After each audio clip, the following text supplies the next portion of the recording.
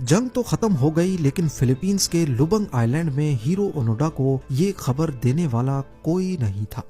वो अब भी वहां अपने 3 साथियों अकाट्सु, शिमादा और कोजुका के साथ घात लगाए बैठा था। अलाइड फोर्सेस, जिनको आइलैंड पर मौजूद गोरिल्लास का इल्म था, उन्होंने वहां लाखों पर्चे फेंके जिन पर लिखा था कि जापान ने सरेंडर कर दिया है, जंग खत्म हो गई है, पहाड़ों से नीचे उतर आओ।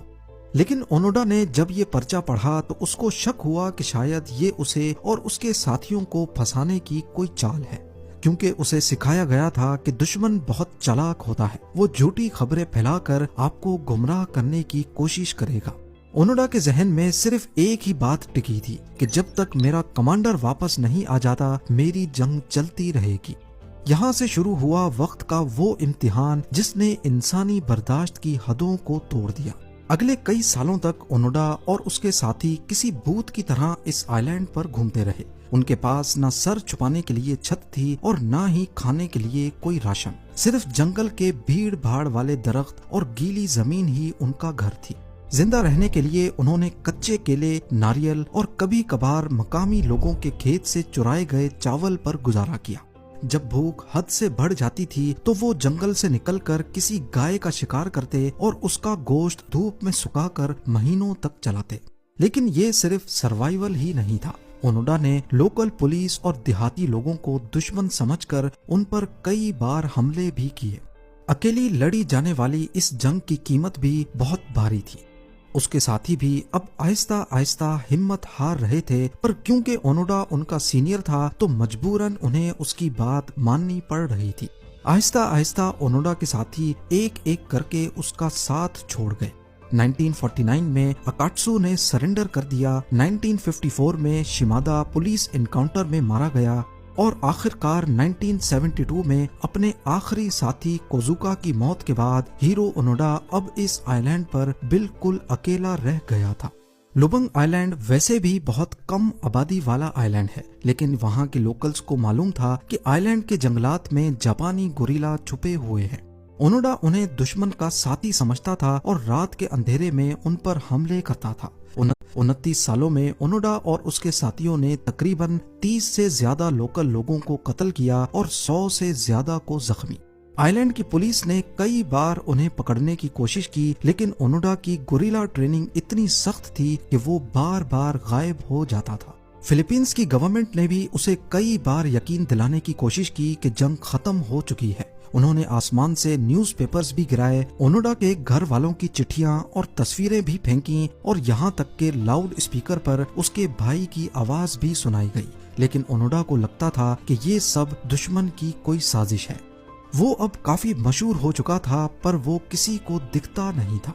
कुछ को लगता था कि वो मर चुका है, तो कुछ कहते थे कि अब आइलैंड पर उसकी रूह मौजूद है।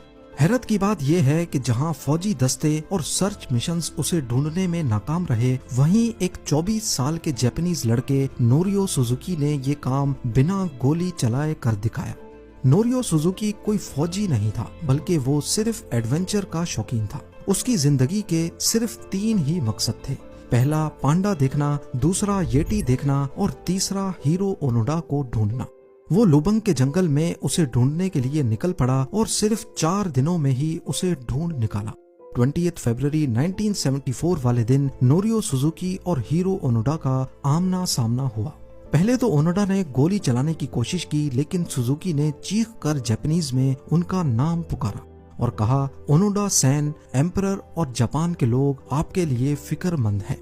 सुजुकी ने उसे बताया कि जापान अब एक अजीम ताकत बन चुका है, मगर ओनोडा की एक ही जिद थी कि मैं सिर्फ तब यकीन करूंगा जब मेरा कमांडिंग ऑफिसर मुझे यहाँ आकर ये ऑर्डर देगा। सुजुकी समझ चुका था कि ये जंग वेपन से नहीं, सिर्फ एक ऑर्डर से खत्म होगी। अब यहाँ मसला ये था कि जिस कमांडर ने 29 साल पहले ओनोडा को गोरिल्ला वॉरफेयर का ऑर्डर दिया था, वर्ल्ड वॉर 2 के बाद वो अब कहाँ है, किसी को मालूम नहीं था। कई दिनों के बाद जापानीज गवर्नमेंट ने उस ऑफिसर का पता लगा लिया, जो अब किताबें बेचकर अपना गुजर बसर कर रहा था। मेजर टानीगुची ये वही ऑफिसर था जिसने ओनोडा को ऑर्डर दिया था। काफी प्लानिंग के बाद एक खास मिशन प्लान किया गया जिसमें मेजर तानीगुची को लुबंग आइलैंड भेजा गया ताकि वो उस जंजीर को तोड़ सके जो 29 साल पहले उसी ने बांधी थी। जब ओनोडा ने अपने पुराने कमांडर को देखा तो वो अटेंशन की हालत में खड़े होकर सैल्यूट करने लगा। इसी मौके पर उसके कमांडर ने एक कागज निकाला और उस पर लिखे अल्फाज जोर से पढ़े, जिसका तर्जुमा है, ऑफिसर ओनोडा, जापान हार चुका है, तुम्हारा मिशन अब खत्म होता है, अपनी तलवार और राइफल दुश्मन के हवाले कर दो। 22 साल की उम्र में लुबंग में दाखिल होने वाला ओनोडा अब 52 इयर्स का हो चुका था। उसने अपनी जवानी, अपने दोस्त और अपनी जिंदगी के बेहतरीन साल उस वफादारी की नजर कर दिए थे जो दुनिया की नजर में किसी पागलपन से कम नहीं थी। ओनोडा जब जापान वापस आया तो वो एक नेशनल हीरो बन चुका था। उसने कई मर्तबा उन 30 लोगों की मौत पर दुख का इजहार किया जो उसने दुश्मन समझकर मार दिए थे। पर जो जापान वो 29 साल पहले छोड़कर गए थे, वैसा जापान उन्हें कभी नहीं मिला। अब वहाँ टेक्नोलॉजी और वेस्टर्न कल्चर का राज था। वो इस नए माहौल में एडजस्ट नहीं कर पाए और अगले ही साल जापान छोड़कर ब्राजील चले गए। 1996 में ओनोडा दोबारा फिलीपींस के उसी आइलैंड पर गए जहां उन्होंने अपनी जवानी गंवाई थी।